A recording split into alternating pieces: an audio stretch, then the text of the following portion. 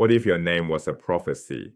Everything you'd become, everything you have to overcome, encoded in a single word. The Hebrew name Yaakov means supplanter or heel grabber. For the man who bears it, this name becomes a life sentence.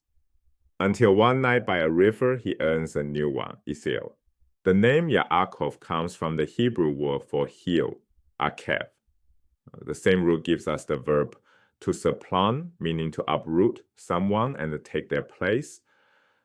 From his first moment of life, Jacob lives up to his name. He emerges from the womb, grasping his twin brother's heel, already trying to pull Esau back and take the lead position. The biblical narrator signals from the start. This child's identity and destiny are bound together. His name isn't just a label, it's a prediction.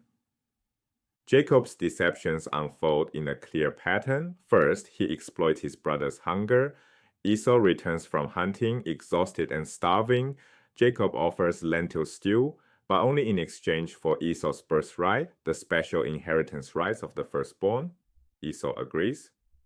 Later, when their father Isaac lies blind and dying, Jacob takes the deception further. With his mother Rebekah's help, he disguises himself as Esau, goat skins on his arms to mimic his brother's hair, and steals the patriarchal blessing meant for the firstborn. Here's the tension the narrator plants. God had already told Rebekah that the older shall serve the younger. Divine destiny favored Jacob. So why does he need to cheat to get what's already promised? The narrator doesn't let Jacob escape consequences. Fleeing Esau's rage, Jacob arrives at his uncle Laban's household. He falls in love with Rachel, Laban's younger daughter, and works 7 years to marry her. On the wedding night, Laban substitutes Leah, the older daughter, under the veil of darkness. The poetic justice is precise. Jacob deceived his blind father by disguising the younger as the older. Now Laban deceives Jacob in darkness by disguising the older as the younger. The exact same trick reversed. The trickster has been tricked in his own pattern. Jacob must work another 7 years for Rachel. The man who grasped at shortcuts now pays double for what he wanted. Even Jacob's relationship with God reflects his grasping nature. At Bethel, fleeing from Esau, Jacob has a vision of a ladder reaching heaven. God promises him land and descendants. Jacob's response, a conditional vow. If God will be with me and will keep me in this way that I go and will give me bread to eat and clothing to wear, then the Lord shall be my God. Compare this to Abraham's unconditional faith. Abraham simply obeyed. Jacob bargains. Even with the divine, he's still negotiating, still trying to control the terms. The biblical narrator embeds Jacob's struggle in the Hebrew language itself. The root consonants ayin bet appear throughout his story in different words. Yaakov, Jacob's name. Akev, the heel he grasped at birth. Akav, the verb meaning to supplant, describing his actions. When Jacob reaches the river Jabbok, the Jabbok, the name contains those same consonants rearranged, and the word for wrestled, Ye'avek, uses them again. This isn't coincidence. The narrator is showing us that Jacob's entire life of struggle is encoded in his very name. The landscape itself echoes his identity. When he wrestles at the Jabbok, the wordplay reaches its climax. The supplanter finally confronts what he's been grasping toward all along. 20 years after fleeing, Jacob returns to face Esau. The night before their reunion, he sends his family and possessions across the Jabbok River. For the first time in the narrative, Jacob stands completely alone. A mysterious figure attacks him in the darkness. They wrestle through the entire night. And the stranger cannot defeat Jacob, but wrenches his hip socket. Still, Jacob refuses to let go. I will not release you unless you bless me. The stranger asks a question that cuts to the heart of identity. What is your name? In biblical thought, names contain essence.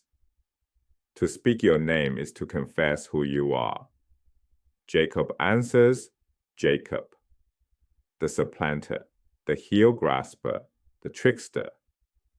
The stranger responds with transformation.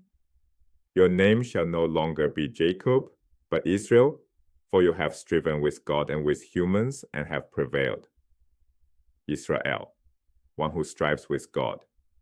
The name redefines Jacob's lifelong pattern of struggle.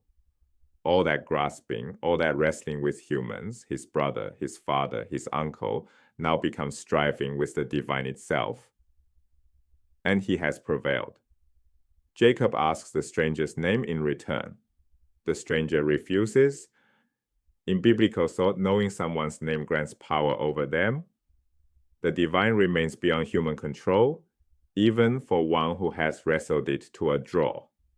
The sun rises. Jacob limps away, wounded but transformed. He names the place Peniel, face of God.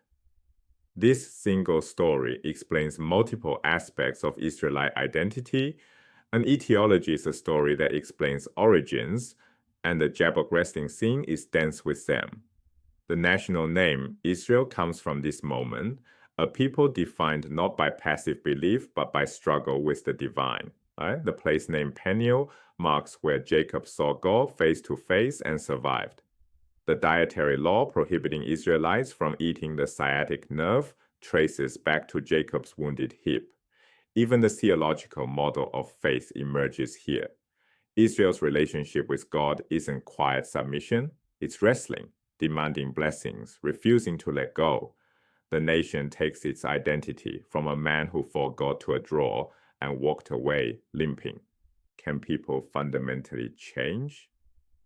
The Jacob story suggests yes, but not easily and not without cost. Jacob doesn't become Israel through meditation or sudden insight. He doesn't change by wanting to change. He becomes Israel through a lifetime of struggle that culminates in physical combat with the divine. The transformation requires everything he has and leaves permanent marks. He walks away with a new name, but also a new limp. For the rest of his life, every step reminds him of that night. Transformation in this story isn't clean or painless. It's earned through struggle, and the struggle leaves scars. The supplanter becomes Israel, but he carries the wound of becoming. The pattern completes itself with Jacob's reunion with Esau. The brother he cheated, the brother whose blessing he stole, approaches with 400 men. Jacob bows to the ground 7 times, the posture of a servant before a master. Esau runs to embrace him. The man who spent his life grasping at what belonged to others now receives grace he didn't earn. Jacob tells Esau, seeing your face is like seeing the face of God. The same word, Peniel, face of God, now describes his brother's forgiveness. The trickster who wrestled with the divine finds the divine reflected in the human face of the one he wronged. The man who spent his life grasping at heels, at birthrights, at blessings, finally grasps something that grasps back. In that mutual struggle, the supplanter becomes the one who strives with God. Israel, not a nation of passive believers, but of wrestlers, a people named for a man who fought the divine, demanded a blessing, and limped into the sunrise, carrying both a wound and a new identity.